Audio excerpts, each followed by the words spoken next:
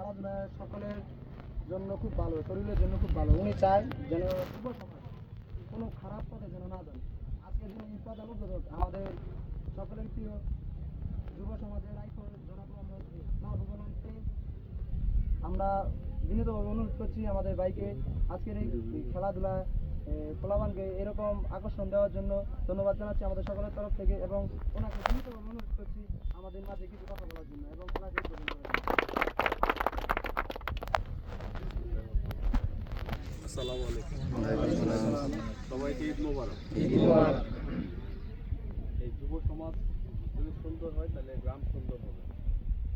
যুবকরা যদি চায় তাদের যে ছোট ছোট ভাই, ছোট ছোট যারা পরিবারে যারা একটা বল একটা তারা যদি মাঠে নিয়ে আসতে পারে যে সমাজ কিন্তু সুন্দর হবে। নেশাতে আমরা যাবো না, আমরা নেশা থেকে দূরে থাকবো। যদি নেশা সমাজে না থাকে, আদব না থাকে, তাহলে সমাজ সুন্দর হবে, এটা নিশ্চিত।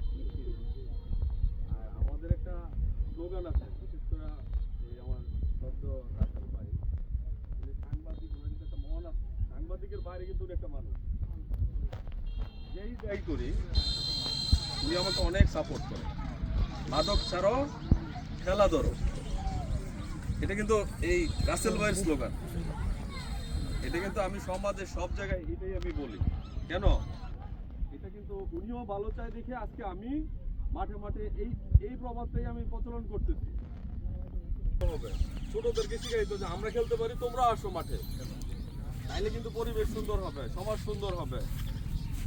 মদ গাঁজা নেশা যদি গ্রামে না থাকে, ওই গ্রামে একটা ছেলে অন্য গ্রামে বিয়ে করতে অসুবিধা হয় না।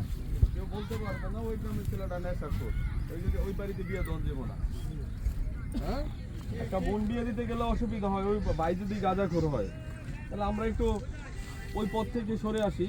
আমরা মুরব্বীদেরকে দেখি, আমরা ওনাদের আর শিখছে, আমরা ওনাদের কাছ থেকে কিছু ভালো কিছু শিখি, মন্দ না অ্যাভয়েড করি। আমাদের পলাশ শুধু এই সরকার চল নিয়ে না, পলাশটা পুরা পলাশটাই একটা পলাশ। ওখানে আমি সবারে ব্যাট বল দিই। কেন দিই? এই খেলার প্রতি উৎসাহিত হওয়ার জন্য। আর আমি চাই খেলা মাঠে মাঠে চলুক, যেখানে বল লাগবে, ব্যাট লাগবে, যা লাগবে আমি দেখবো ইনশাল্লাহ। আমাকে বলছে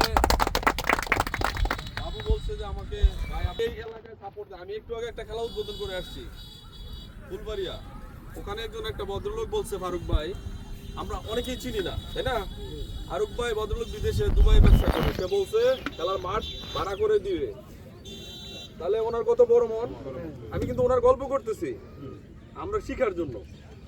উনি বলছে যা জার্সি লাগবে, যা খেলার সরঞ্জাম উনি দিবে। আমি বলছি আমি দিয়ে যাচ্ছি, আপনারা যদি কেউ পারেন তাহলে দিবেন। কিন্তু উনি বলছে কি আমি দিব সব। তাহলে আমরা উৎসাহিত হচ্ছি। আমরাও চাই এই সমাজে কেউ একজন আগে আসুক, আমরা পাশে থাকবো।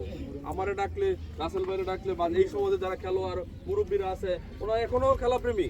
না, আমার কাছে ভালো লাগতেছে ওনারা যে এখনো মাঠে চলে আসছে, আমার কাছে এটা খুব ভালো লাগতেছে।